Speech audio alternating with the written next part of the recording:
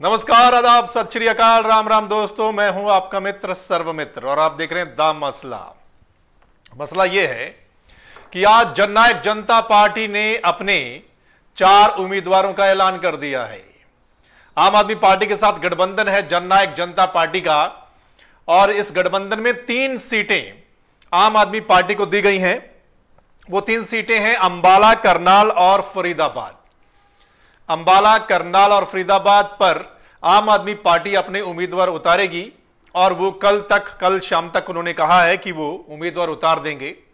वहीं जननायक जनता पार्टी ने अपने 4 उम्मीदवारों का ऐलान कर दिया है। 3 सीटों पर अभी भी उम्मीदवारों का ऐलान करना बाकी है। हो सकता है कल या परसों तक उन 3 पर भी नाम आ जाएंगे।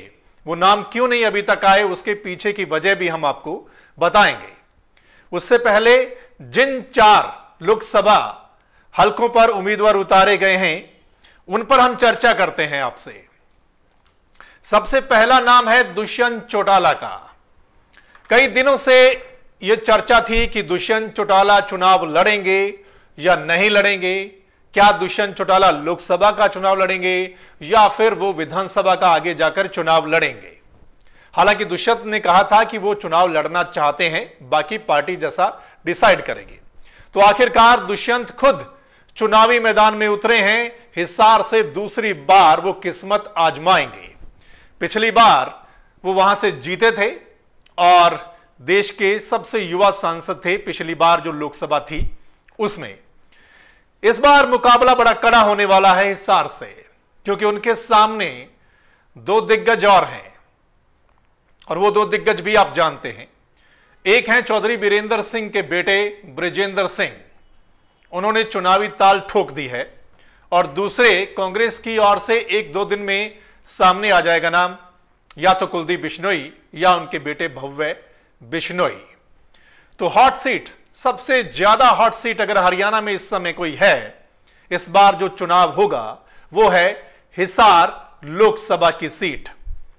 दुष्यंत फिर किस्मत आजमाएंगे और दुष्यंत ने खुद फैसला लिया है।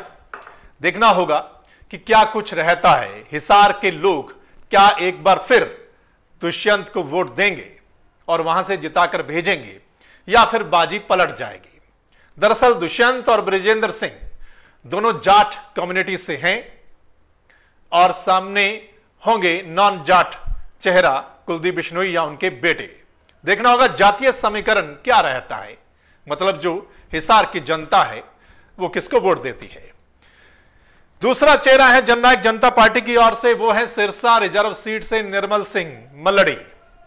निर्मल सिंह मल्लड़ी के बारे में हम आपको बता दें, वो भी युवा ही एक तरीके से हैं, 37 साल की उम्र है उनकी। और पिछली बार विधानसभा का चुनाव उन्होंने लड़ा था, उस समय हरियाणा लोकहित पार्टी की ओर से उन्होंने कालांवाली रिजर्व सीट से चुनाव लड़ा था विधानसभा का और वो वहां से हार गए थे। उसके बाद अब कुछ समय पहले वो जननायक जनता पार्टी में शामिल हो गए और अब जननायक जनता पार्टी ने उनको टिकट दिया है सिरसा की रिजर्व सीट से। और मल्लड़ी के सामने होंगे अशोक तंवर कांग्रेस की ओर से, सुनीता दुग्गल बीजेपी की ओर से और चरणजीत सिंह रोड़ी इनेलो की ओर से। मानकर चलिए कि सामने भी कुछ फेमस चेहरे हैं मल्लड़ी के सामने। देखना होगा मल्लड़ी क्या कमाल वहां पर कर पाते हैं। पिछली बार दरअसल इनेलो इकट्ठी थी तो चरणजीत सिंह रोड़ी जीते थे सिरसा से। इस बार इनेलो अलग हो गई है, 2 पार्टियां बन गई। तो देखना होगा क्या कुछ बनता है, कितने वोट रोड़ी के हिस्से में जाएंगे और कितने मल्लड़ी के हिस्से में जाएंगे।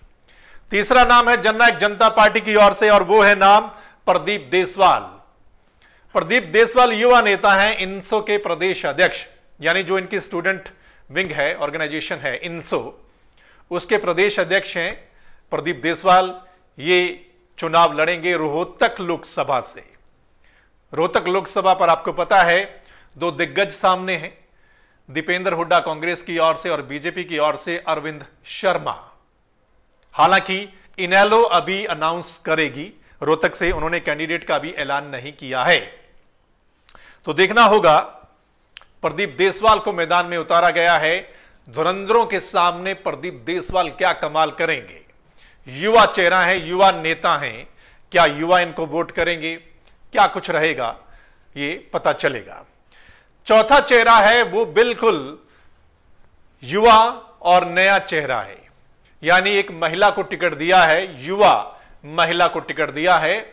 वो नाम है भिवानी महेंद्रगढ़ सीट से स्वाति यादव। ये नया नाम है आपके लिए, और हम आपको बता दें कि स्वाति यादव कौन है। स्वाति यादव हैं, दरअसल वो एक नेता की ही बेटी हैं, इनेलो के एक नेता जिन्होंने पिछली बार अटेली विधानसभा से चुनाव लड़ा था लेकिन जीत नहीं पाए थे, उनकी बेटी हैं स्वाति यादव। और 10 साल तक अमेरिका में रही हैं, 10 साल तक अमेरिका में उन्होंने पढ़ाई की है, वहां पर काम भी किया है अलग अलग फील्ड में, और उसके बाद भारत आई और यहां पर वो यूरो इंटरनेशनल स्कूल की डायरेक्टर हैं।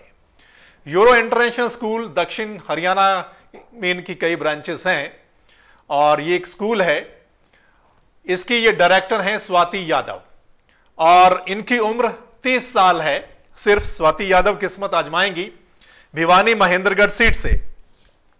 यूएसए की जॉर्जिया इंस्टीट्यूट ऑफ टेक्नोलॉजी से एमबीए किया है स्वाति यादव ने।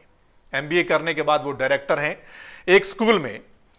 तो देखना होगा, नया चेहरा, युवा चेहरा स्वाति यादव पर दाव खेला है भिवानी महेंद्रगढ़ सीट पर, और सामने एक महिला नेता भी हैं कांग्रेस की ओर से, श्रुति चौधरी, और वहीं बीजेपी की ओर से जो मौजूदा सांसद थे वहां से धर्मवीर सिंह, ये हैं। और हालांकि इनेलो की ओर से यहां पर अभी नाम की घोषणा होना बाकी है। देखना होगा इनेलो किस उम्मीदवार को वहां पर उतारती है और स्वाति यादव क्या कमाल कर पाती हैं।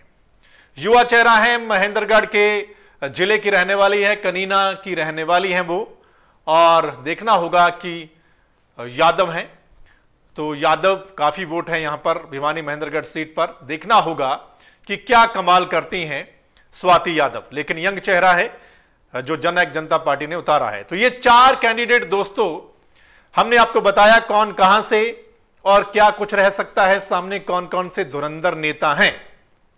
जननायक जनता पार्टी ने ऐलान कर दिया है, और अगले 1-2 दिन में जो बाकी की सीटें हैं, 3 सीटें जो जननायक जनता पार्टी के खाते में और गई हैं, वो हैं कुरुक्षेत्र, सोनीपत और गुड़गांव। वहां पर कौन कौन से उम्मीदवार उतारे जाएंगे और अभी तक अगर क्यों नहीं ऐलान किया गया तो वो वजह भी हम आपको बताते हैं। दरअसल कुरुक्षेत्र की बात करें तो डीडी शर्मा जननायक जनता पार्टी के बड़े चेहरे हैं। कुछ समय पहले ही उन्होंने पार्टी ज्वाइन की थी, और यह चर्चा भी थी कि शायद जननायक जनता पार्टी डीडी शर्मा को ही यहां से चुनावी मैदान में उतारेगी। अब अभी भी क्यों मंथन चल रहा है, उसके पीछे वजह यह है क्योंकि अभी भी कांग्रेस की ओर से और इनेलो की ओर से वहां पर उम्मीदवार का ऐलान नहीं किया गया है। कांग्रेस की ओर से नवीन जिंदल की हां ना के बीच में अभी उम्मीदवार का ऐलान होना बाकी है, और वहीं इनेलो की ओर से भी उम्मीदवार का ऐलान होना बाकी है। जननायक जनता पार्टी यहां जातीय समीकरण भी देख रही है कि अगर नवीन जिंदल को उतारा जाता है और इनेलो की ओर से भी कोई गैर जाट नेता यहां से मैदान में उतारा जाता है, तो फिर जननायक जनता पार्टी जाट नेता को यहां से चुनावी मैदान में उतारेगी। और वो जाट नेता कौन हो सकता है? नैना चौटाला खुद यहां से चुनाव लड़ सकती हैं, क्योंकि चर्चा है नैना चौटाला की। पहले चर्चा थी कि शायद वो हिसार से चुनाव लड़े, अब हिसार से दुष्यंत चौटाला खुद चुनाव लड़ रहे हैं। तो कुरुक्षेत्र में भी काफी तकरीबन 3.5 लाख के करीब जाट वोटर हैं। तो जातीय समीकरणों को लेकर ही पेच फंसा हुआ है। इनेलो ने भी अभी डिक्लेयर नहीं किया है और कांग्रेस ने भी अभी डिक्लेयर नहीं किया है। तो उसको देखते हुए ही, उनको देखते हुए भी जननायक जनता पार्टी अपना फैसला यहां पर लेगी और नैना चौटाला चुनाव लड़ सकती हैं। अगली बात है, सोनीपत से गीता फोगाट का नाम चर्चा में है पिछले कुछ दिनों से, और हमने पहले भी आपको बताया था कि गीता फोगाट को टिकट दिया जा सकता है। हालांकि पहले उनका नाम शायद भिवानी महेंद्रगढ़ से था, क्योंकि गीता फोगाट भिवानी महेंद्रगढ़ की ही रहने वाली हैं, तो शायद उनको वहां से चुनाव लड़वाया जा सकता था।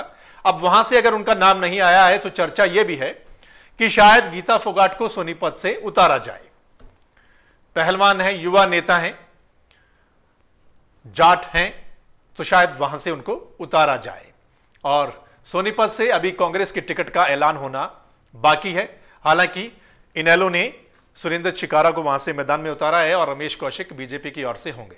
अभी कांग्रेस की वेट की जा रही है कि कांग्रेस कौन सा उम्मीदवार वहां पर लेकर आती है, फिर जननायक जनता पार्टी भी अपने उम्मीदवार का ऐलान वहां पर करेगी।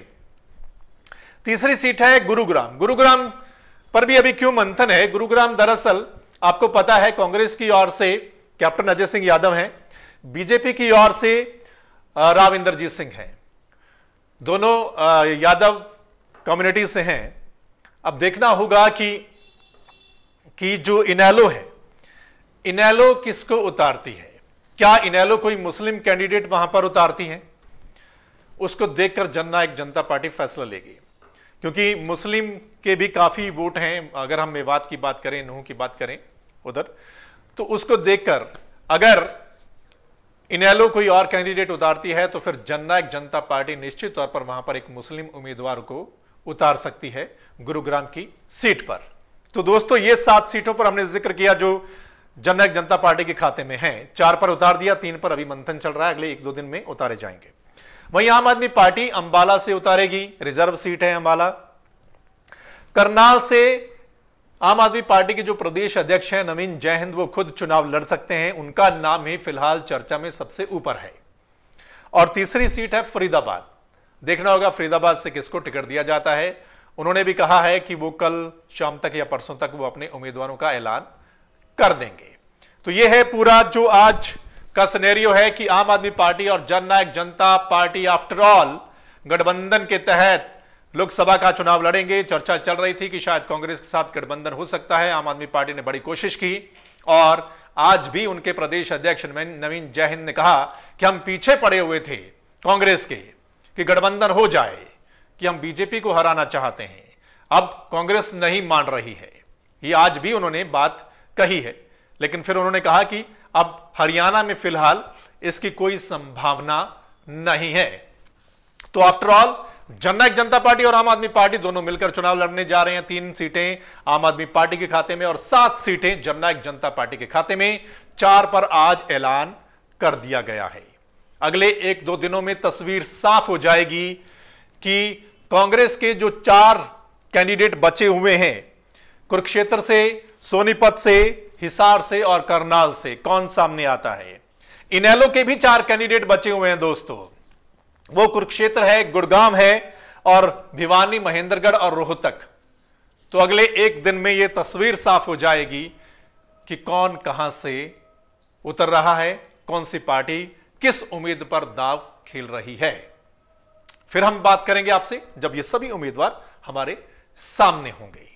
अगर आपको हमारी ये वीडियो अच्छी लगी हो तो आप इसको शेयर कीजिएगा और कमेंट करके हमें जरूर बताइएगा कि जननायक जनता पार्टी ने आज जो 4 उम्मीदवार उतारे हैं, आपको क्या लगता है किसमें कितना दम है, कौन जीत सकता है, कौन फाइट दे सकता है और सामने जो धुरंधर हैं, दूसरे जो लोग हैं, दूसरी पार्टी को नेताओं हैं, उनके सामने इनकी पोजीशन क्या रह सकती है।